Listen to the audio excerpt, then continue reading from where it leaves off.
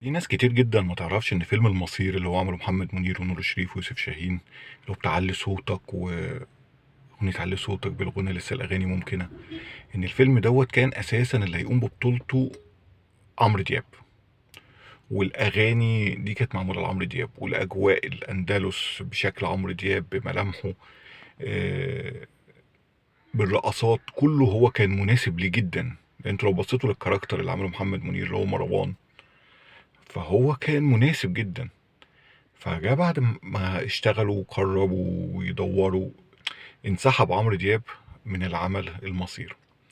فيوسف شاهين طبعا راح للمغني المفضل بالنسبة له أو المغني القريب منه، محمد منير. ومحمد منير متهيألي عمل الدور مروان، عملوا دور بشكل حلو جدا. بس انتوا متخيلين النجاح الجماهيري اللي كان هيكون في فيلم المصير لو كان عمله عمرو دياب؟ اعتقد ان هو كان يبقى نجاح اسطوري يعني.